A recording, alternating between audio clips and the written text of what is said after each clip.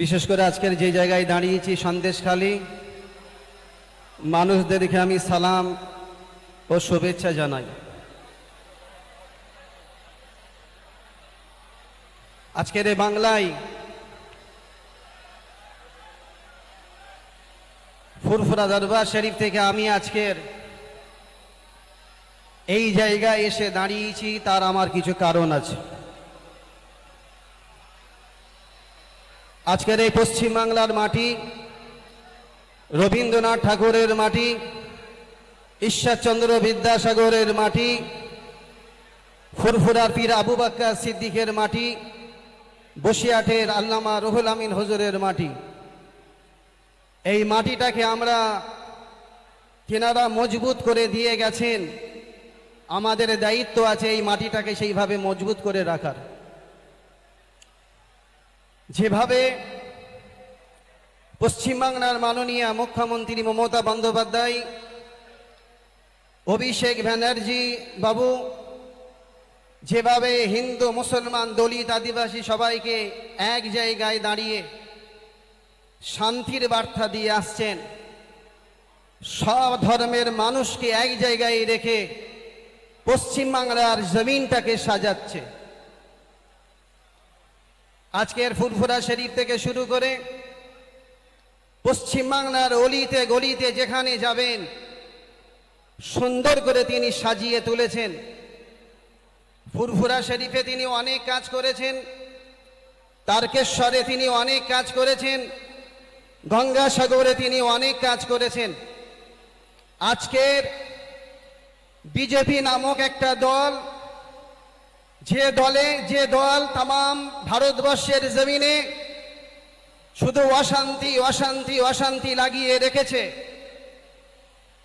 আজকের এই পশ্চিমবাংলার কিছু সংখ্যক মানুষ তারা উঠে পড়ে লেগেছে সেই অশান্তিটা আজকের এই পশ্চিমবাংলার মাটিতে করতে হবে।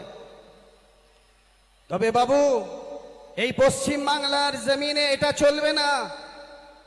এই পশ্চিমবাংলার হিন্দু মুসলমান দলিত আদিবাসী এক জায়গায় দাঁড়িয়ে পশ্চিমবাংলার মুখ্যমন্ত্রী মমতা বন্দ্যোপাধ্যায়ের পাশে দাঁড়িয়েছে।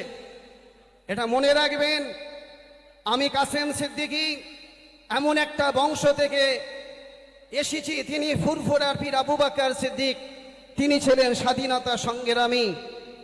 আমি লক্ষ্য করলাম এই পশ্চিমবাংলার মাটিতে, পশ্চিমবাংলার মাটিটাকে মজবুত করতে গেলে, হিন্দু মুসলমান দলিত আদিবাসীকে এক জায়গায় দাঁড় করাতে গেলে পশ্চিমবাংলার মুখ্যমন্ত্রীর হাতটাকে মজবুত করব।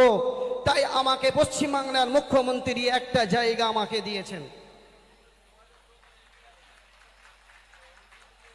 বিশেষ করে আপনাদেরকে আরেকটা কথা বলে দিয়ে যাই, যিনারা আজকের এই মাটিতে এসে সন্দেশখালীটাকে বেইজ্জতি করছে, তাম ভারতের জমিনে সন্দেশখালীটাকে তুলে ধরছে, আমার বিশ্বাস এই সন্দেশখালীর মাটি, সন্দেশখালীর মানুষ আগামী 26-এ তাদেরকে উপযুক্ত জবাব দিয়ে দেবে।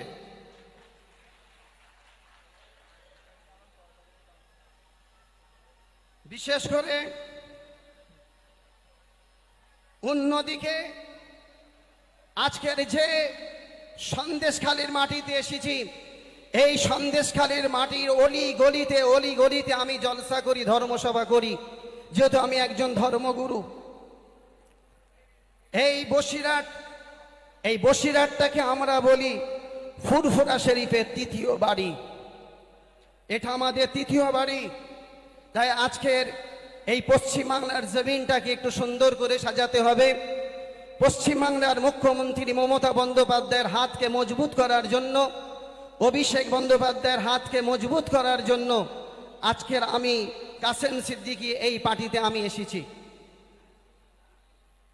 বিজেপি মুক্ত যদি করতে হয়, আপনাদের সবাইকে পশ্চিমবাংলার মুখ্যমন্ত্রী মমতা বন্দ্যোপাধ্যায়ের পাশে থাকা দরকার আছে, এটা আমি মনে করি।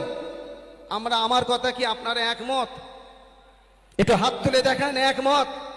আগামী 26-এ পশ্চিমবাংলার মুখ্যমন্ত্রী মমতা বন্দ্যোপাধ্যায়ের হাতটাকে মজবুত করবেন? হাত তুলে বলেন মজবুত করবেন। এই বলে আমি আমার বক্তব্য শেষ করছি। পশ্চিমবাংলার মুখ্যমন্ত্রী মমতা বন্দ্যোপাধ্যায় জিন্দাবাদ।